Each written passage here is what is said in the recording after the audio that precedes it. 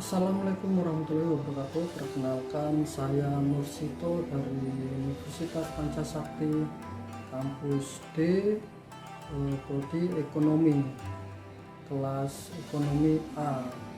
Kali ini saya akan mempresentasikan perencanaan pembelajaran, gambaran umum perencanaan pembelajaran yang diampu oleh dosen pengampu Bapak Joni Tesmanto MM. Sebelum ke materi, mari kita melihat latar belakang dari pengertian perencanaan pembelajaran. Latar belakang pengertian perencanaan pembelajaran. Arti perencanaan pembelajaran adalah rencana guru mengajar mata pelajaran tertentu pada jenjang dan kelas tertentu untuk topik tertentu dan satu pertemuan atau lebih. Perencanaan pembelajaran merupakan proses yang diatur sedemikian rupa menurut langkah-langkah tertentu, baik berupa penyusunan materi pengajaran, penggunaan media maupun model pembelajaran lainnya yang dimaksud agar pelaksanaan berjalan optimal. Tujuan perencanaan pembelajaran ada 4 tujuannya, yaitu yang pertama menguasai sepenuhnya bahan dan materi ajar, kedua metode dan penggunaan alat dan perlengkapan pembelajaran, yang ketiga menyampaikan kurikulum atas dasar bahasan dan pengelola alokasi waktu yang tersedia, yang keempat membelajarkan siswa sesuai yang diprogramkan. Kemudian ini landasan untuk undang-undangnya, landasan dasar Undang-Undang Republik Indonesia nomor 20 tahun 2003 tentang sistem pendidikan nasional pada bab kedua pasal 3, yaitu pendidikan nasional berfungsi mengembangkan kemampuan dan membentuk watak serta peradaban manusia, peradaban bangsa yang bermartabat dalam rangka mencerdaskan kehidupan bangsa, bertujuan untuk berkembangnya potensi peserta didik agar menjadi manusia yang beriman dan bertakwa kepada Tuhan Yang Maha Esa, berakhlak mulia, sehat, berilmu, cakap, kreatif, mandiri, dan menjadi warga negara yang demokratis serta bertanggung jawab. Ada 8 standar kompetensi kelulusan atau SKL. Dalam hal ini SKL yang ada 8, untuk yang pertama yaitu peningkatan keimanan budi pekerti luhur dan penghayatan nilai-nilai budaya. Keimanan budi pekerti luhur dan nilai-nilai budaya perlu digali dan dipahami dan diamalkan untuk mewujudkan karakter dan martabat bangsa. Kemudian yang kedua, keseimbangan etika, logika, estetika dan karakteristik, estetika dan kinestetika, yaitu menjaga attitude. Kegiatan pembelajaran dirancang dengan memperhatikan keseimbangan etika, logika, estetika dan kinestetika. Kemudian yang ketiga, penguatan integritas nasional. Dalam hal ini kebangsaan. Penguatan integritas nasional dicapai melalui pendidikan yang mengembangkan dalam diri peserta didik sebagai bangsa Indonesia melalui pemahaman dan penghargaan terhadap perkembangan budaya dan peradaban bangsa Indonesia yang mampu memberikan sumbangan terhadap peradaban dunia. Kemudian yang keempat, perkembangan pengetahuan dan informasi, pengembangan pengetahuan dan teknologi informasi, IPTEK, kemampuan berpikir dan belajar dengan cara mengakses, memilih dan menilai pengetahuan untuk mengatasi serta menghadapi perkembangan ilmu pengetahuan dan teknologi informasi. Kemudian yang kelima, ini pengembangan kecakapan hidup. Kurikulum pengembangan kecakapan hidup melalui budaya membaca, menulis, dan kecakapan hitung, keterampilan sikap dan perilaku adaptif, kreatif, kooperatif, dan kompetitif, dan kemampuan bertahan hidup. Kemudian pilar pendidikan. Kurikulum mengorganisasi fondasi belajar ke dalam 5 pilar sesuai dengan panduan kurikulum tingkat satuan pendidikan. Kemudian yang ketujuh, menyeluruh dan berkesinambungan. Kompetensi mencakup keseluruhan dimensi kemampuan, yaitu pengetahuan, keterampilan, nilai dan sikap, pola pikir dan perilaku yang disajikan secara berkesinambungan. Yang ke-8, belajar sepanjang hayat. Pendidikan diarahkan pada proses pembudayaan dan pemberdayaan peserta didik yang berlanjut sepanjang hayat dengan mencerminkan keterkaitan antara unsur-unsur pendidikan formal, non-formal, ataupun informal. Berikut ilustrasi diagram untuk standar minimum kompetensi yang ada 3, yaitu tujuan, kemudian bagaimana caranya, strategi, kemudian yang ketiga sistem evaluasi. Standar minimum kompetensi dalam pembelajaran berbasis kompetensi perlu ditentukan standar minimum kompetensi yang harus dikuasai peserta didik. Komponen yang materi pembelajaran berbasis kompetensi meliputi yang tadi saya sebut tujuan kompetensi yang akan dicapai, kemudian bagaimana cara strategi penyampaian untuk mencapai kompetensi. Yang ketiga, sistem evaluasi atau penilaian yang digunakan untuk menentukan keberhasilan peserta didik dalam mencapai kompetensi. Kemudian slide berikutnya, kompetensi awal peserta didik. Ada 4 cara untuk mengetahui kompetensi awal siswa dalam pembelajaran. Yang pertama, untuk kompetensi awal kita bisa lakukan sesi tanya jawab, lakukan kemudian pretest, kemudian ketiga bercerita, yang keempat peta konsep atau mapping, mind mapping. Sesi tanya jawab ini kita berikan pertanyaan pada siswa untuk mengukur pengetahuan awal siswa sampai di mana pengetahuan seorang peserta didik yang dapat kita lihat dengan melakukan sesi tanya jawab. Kemudian kedua, kita lakukan tes tertulis. Selanjutnya pemahaman siswa juga bisa diukur dengan memberikan tes kepada peserta didik di awal pembelajaran sebelum kita mulai proses ajar mengajar. Kemudian ketiga, bercerita. Menceritakan pengalaman itu merupakan langkah yang ampuh untuk mengukur pemahaman siswa terhadap materi yang akan Anda ajarkan, adalah dengan meminta siswa untuk menceritakan pengalamannya.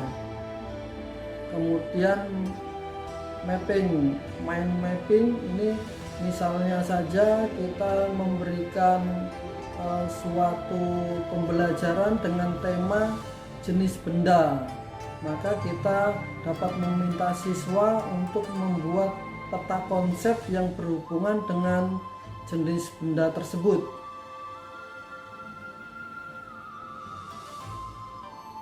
Kegunaan identifikasi awal kompetensi peserta didik: memberikan dosis pelajaran yang tepat kepada peserta didik.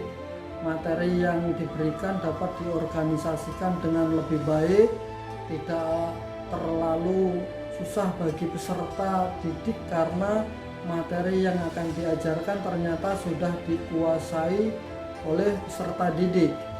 Kemudian mengambil langkah-langkah yang diperlukan, misalnya apakah peserta didik memerlukan remedial sebelum mereka siap menerima materi baru. Kemudian yang keempat, mengukur apakah peserta didik memiliki prasyarat yang dibutuhkan. Prasyarat di sini adalah kompetensi yang harus dimiliki oleh peserta didik sebelum mengikuti pelajaran tertentu. Analisis kemampuan peserta didik berfungsi juga untuk menggambarkan kemampuan yang dimiliki peserta didik. Yang ketiga, karakter peserta didik. Pengertian karakteristik peserta didik. Arti karakteristik peserta didik.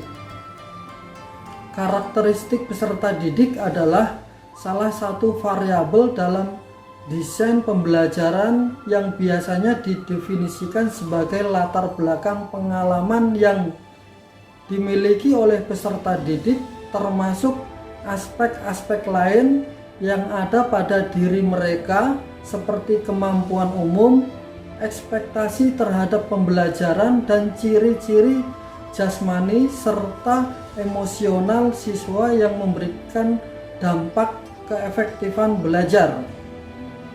Kemudian aspek yang ada di dalam karakteristik ini, karakteristik peserta didik harus menjadi perhatian dan pijakan pendidik dalam melakukan seluruh aktivitas pembelajaran. Karakteristik peserta didik meliputi etnik, kultur, status sosial, minat, perkembangan kognitif, kemampuan awal, gaya bahasa, motivasi, perkembangan emosi, perkembangan sosial, kemudian ada perkembangan motorik. Kemudian berikut pentingnya karakteristik. Pemahaman atas karakteristik peserta didik dimaksudkan untuk mengenali ciri dari setiap peserta didik agar Anda memperoleh gambaran yang jelas tentang ragam karakter peserta didik. Untuk melihat karakter peserta didik ini, kita bisa melihat dari banyaknya multi etnik yang ada di Indonesia, banyaknya multikultural, budaya, kemudian suku, kemudian adanya status ekonomi dan sosial. Yang keempat, adanya minat atau ketertarikan peserta didik. Berikut juga pengertian untuk karakter peserta didik. Perkembangan kognitif, yaitu tingkat perkembangan kognitif yang dimiliki peserta didik akan mempengaruhi guru dalam memilih dan menggunakan pendekatan pembelajaran, metode media, dan jenis evaluasi. Kemampuan atau pengetahuan awal, pengetahuan dan keterampilan yang harus dimiliki terlebih dahulu, maksudnya adalah pengetahuan atau keterampilan yang lebih rendah dari apa yang akan dipelajari oleh peserta didik. Kemudian gaya belajar.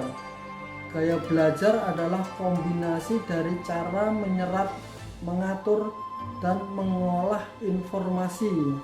Gaya belajar ini terdiri dari 4, yaitu yang pertama peserta didik visual, yaitu peserta didik yang gaya belajarnya mengamati. Kemudian peserta didik auditori, yaitu gaya belajar peserta didik yang mendengarkan. Kemudian ini ketiga peserta didik dengan gaya belajar kinestetik, yaitu dia selalu mengamati pergerakan, atau kita sebut dia mengamati gaya tubuh, bisa juga mengamati gaya mata, tangan, atau perubahan sikap dan lain-lain. Kemudian peserta didik gaya didik bimbingan, yaitu peserta didik yang perlu dilakukan pembimbingan khusus. Berikut ini kesimpulan dari materi yang saya sampaikan dari awal. Yang pertama berkenaan dengan perencanaan. Di dalam buku Terry 1993 pada halaman 17, perencanaan adalah menetapkan pekerjaan yang harus dilakukan oleh kelompok untuk mencapai tujuan pengambilan keputusan. Kemudian yang kedua, mengajar peserta didik. Tingkat kemampuan siswa sebelum proses belajar mengajar berlangsung harus diketahui guru. Tingkat kemampuan semacam ini disebut entry behavior. Hal ini sangat penting agar proses belajar mengajar dapat berlangsung secara efektif dan efisien. Kemudian yang ketiga, materi pelajaran logis dan sistematis. Pentingnya bagaimana memilah mana materi pelajaran yang harus didahulukan penyajiannya secara runtun. Penyebab kegagalan penyampaian materi disebabkan guru membuat instrumen penilaian yang isinya menghendaki jawaban materi pelajaran yang sebenarnya belum atau tidak diajarkan. Keempat, sudut pandang secara menyeluruh. Peserta didik dalam suatu kelas atau sekolah memiliki karakteristik yang berbeda-beda. Perbedaan-perbedaan yang ada perlu dikelola secara baik. Namun jika perbedaan tersebut tidak dikelola secara baik, maka akan menimbulkan permasalahan-permasalahan dalam pembelajaran. Karakteristik peserta didik banyak ragam, yaitu etnik, kultur, status sosial, minat belajar, motivasi, perkembangan emosional, perkembangan sosial, spiritual, dan banyak yang lain. Itulah beberapa materi yang saya sampaikan dalam materi pembelajaran, perencanaan pembelajaran. Semoga dapat memberikan wawasan tambahan. Terima kasih. Assalamualaikum warahmatullahi wabarakatuh.